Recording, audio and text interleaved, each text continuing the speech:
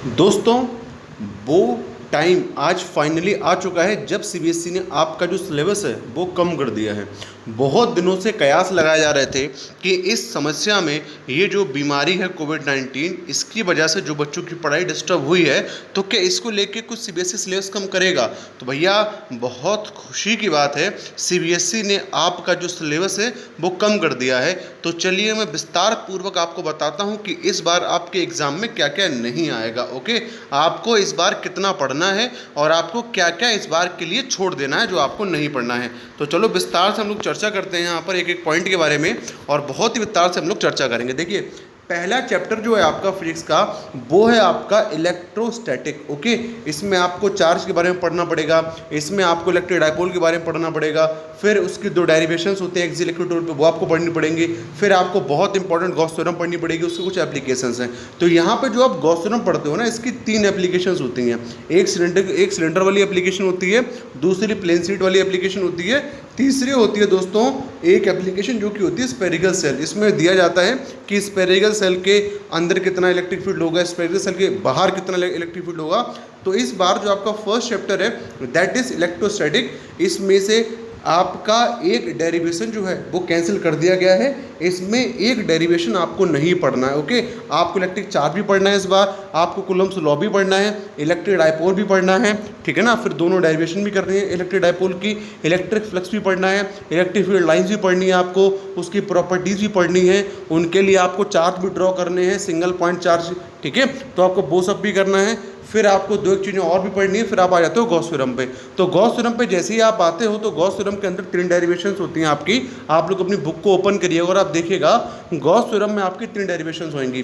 पहली डेरिवेशन होगी जिसमें निकलवाया जाएगा इलेक्ट्रिक फील्ड सिलेंडर के लिए। ओके, डिफरेंट बुक में डिफरेंट हो सकता है, ये किसी किताब में दूसरी भी हो, किसी किताब में तीसरी भी हो, तो वो मैं नहीं बोल रहा हूँ। लेकिन अगर आप देखोगे तो सिलेंडर वाली होगी एक, जिसमें सिलेंडर के लिए इलेक्ट्रिक फील्ड निकलवाया होगा, दूसरा प्लेन शीट के लिए निकलवाया होगा, तीसरा होगा एक स्फेरिकल सेल के लिए। तो इस बार जो स्फेरिकल सेल के लिए हम लोग इलेक्ट्रिक फील्ड निकालते हैं वो आपको नहीं निकालना है, वो आपको नहीं करना है। ओके, चलो अब हम नेक्स्ट चैप्टर की तरफ मूव करते हैं। यहाँ पे जो आपका चैप्टर 1 और चैप्टर 2 है वो है आपका इलेक्ट्रोस्टैटिक। चैप्टर 1 में एक डेरिवेशन को कैंसिल कर दिया गया है, लेकिन जो दूसरी आपकी जो आपका दूसरा चैप्टर है इलेक्ट्रिक पोटेंशियल वाला, उसमें से कुछ भी नहीं काटा गया है।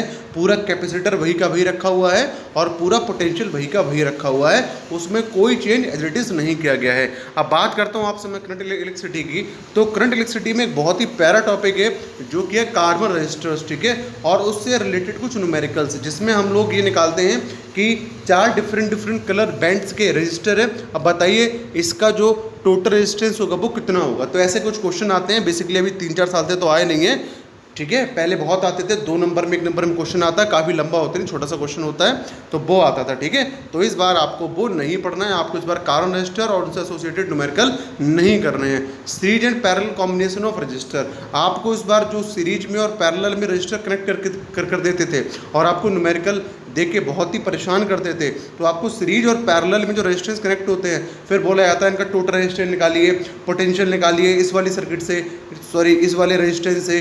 तो ऐसे क्वेश्चन इस बार आपके एग्जामिनेशन में नहीं आएंगे। इस बार आपके एग्जाम में एक तो दोस्तों बनेगा ही बनेगा जो कि होगा किरचॉफ लॉ। तो आप याद रखना इस बार के एग्जाम के लिए आपके 2-3-4 टॉपिक बहुत महत्वपूर्ण होगा, क्योंकि ये तो कट गए। हाँ, अमूमन देखा जाता है सीरीज और पैरेलल कॉम्बिनेशन से न्यूमेरिकल आ जाता है।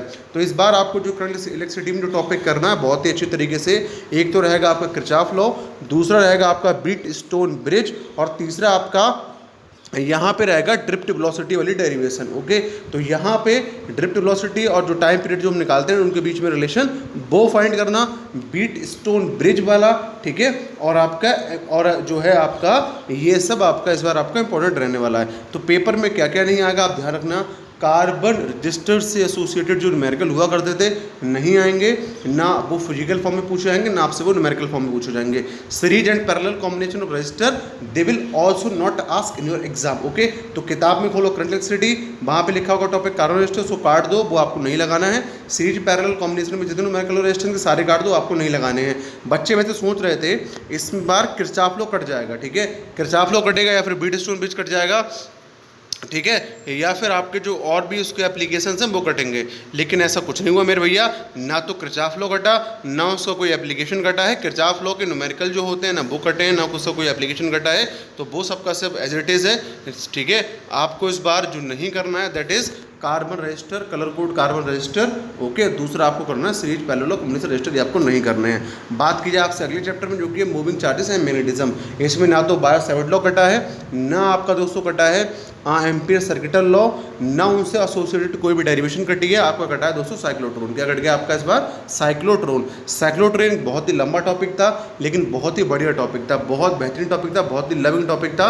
इस पर जब मैं पढ़ाता हूँ तो बच्चों को हमेशा इस पर एक कहानी सुनाता हूँ, उसी कहानी में साइक्लोट्रॉन खत्म कर देता हूँ मात्र 5 मिनट के अंदर अंदर। तो एक अच्छा टॉपिक था, लेकिन थोड़ा लेंथी टॉपिक था। ओके, तो ये आपका इस बार एग्जाम में काट दिया गया है। फिर आपका दोस्तों मैग्नेटिज्म एंड मैटर, इसमें कुछ एक डेरिवेशन काटी गई है, देख लीजिए कौन कौन सी है। Magnetic field intensity due to a magnetic dipole, ये आपकी काट दी गई। और मैं आपको बात और बता दूं, अगर ये नहीं भी काटी जाती तब भी दोस्तों कुछ फर्क नहीं पड़ता, क्योंकि मैग्नेटिक फील्ड आप जो फर्स्ट चैप्टर में निकालोगे electric field due to electric dipole, उससे ही बिल्कुल ये मैच करती है। आपका जो फर्स्ट चैप्टर है इलेक्ट्रोस्टैटिक, उसमें जो आपका फर्स्ट चैप्टर इलेक्ट्रिक चार्ज, इस इलेक्ट्रिक चार्ज में आपकी डेरिवेशन है दोस्तों electric field intensity due to electric dipole. Okay, तो अगर ये नहीं भी काटा जाता तब भी कुछ फर्क नहीं पड़ता, क्योंकि वहाँ पे जो डेरिवेशन है उसमें बस आपको 1-2 चेंज करने पड़ते हैं और आपकी डेरिवेशन यहाँ पे हो जाती है। लेकिन कोई बात नहीं, काट दी गई हैं। और आप याद रखना, ये डेरिवेशन आ रही है वैसे भी एग्जाम में नहीं पूछी जाती थी, लेकिन इस बार तो सीबीएसई ने उसका खात्मा ही कर दिया, से हटा ही दिया। Torque on a magnetic dipole. Okay, तो torque on a magnetic dipole, torque on a electric dipole, ये भी फर्स्ट चैप्टर की तरह बिल्कुल सेम टू सेम है। Tau equal to Q into A, लेकिन कोई बात नहीं, इस बार आपकी काट दी गई है। ठीक है, तो ये आपके 2 डेरिवेशन मैग्नेटिज्म एंड मैटर में काट दी गई है। बाकी कुछ कॉन्सेप्ट काटे गए हैं, पैराडाई फेरो, इनकी प्रॉपर्टीज काट दी गई। जनरली इनसे पेपर क्वेश्चन में आता था electromagnetic and factor affecting their strength permanent magnet. तो ये जो आपका टॉपिक है इसे भी यहाँ पे हटा दिया गया है। चलो आगे मूव करते हैं। जो ऑल्टरनेटिव करंट टॉपिक है दोस्तों, इसमें आपका क्या क्या कटा है आप देख लीजिए एक बार बहुत ध्यान से। तो इसमें आपका कट गया दोस्तों, ऑल्टरनेटिव करंट में कट गया दोस्तों पावर फैक्टर। क्या कट गया? Power factor. एक छोटा सा टॉपिक था वो कट गया है, पावर फैक्टर। फिर था दोस्तों आपका वाटलेस करंट, इस बार ये भी कट गया है। इलेक्ट्रोमैग्नेटिक वेव, आप जैसे इस चैप्टर को ओपन करोगे तुरंत आपको दिखाई देगा basic idea of displacement current. यहाँ पे आपसे बात की जाती है डिस्प्लेसमेंट करंट की आईसी के बारे में। ओके, तो इस बार ये भी आपका नहीं आएगा। तो इस बार इस चैप्टर से आपका महत्वपूर्ण हो गया दोस्तों। इस बार क्या वो हरी बार रहता है इलेक्ट्रोमैग्नेटिक वेव्स और उनकी प्रॉपर्टीज। ओके, तो इस चैप्टर से आप जब चैप्टर 8 खोलेंगे अपना तो आपको किताब में दिखाई देगा इलेक्ट्रोमैग्नेटिक वेव्स। और ये जो आपको इलेक्ट्रोमैग्नेटिक वेव्स है आपको ये आपको नहीं करना है। इलेक्ट्रोमैग्नेटिक वेव्स में सॉरी डिस्प्लेसमेंट करंट वाला जो पूरा टॉपिक है इसमें आपको एक प्रैक्टिकल भी करके दिखाया हुआ है।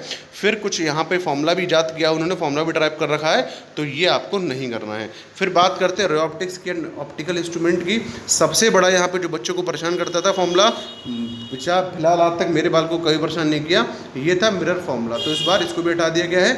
स्कैटरिंग ऑफ लाइट में कुछ क्वेश्चन हुआ करते थे लॉजिकल, जैसे कि रंग स्काई क्यों है ब्लू का, स्कैटरिंग ऑफ लाइट की वजह से, radius appearance of the sun at the sunrise sunset, ये दो जो थे ये भी आपके हटा दिए गए। ये कुछ खास नहीं हटाएगा यार, एग्जाम में वैसे भी ये नहीं आते हैं, 10th में आते हैं। अब तो एग्जाम में तो आपके मिराज आता है, ऑप्टिकल फाइबर वाला आता है, ये आपके वैसे भी नहीं आते हैं।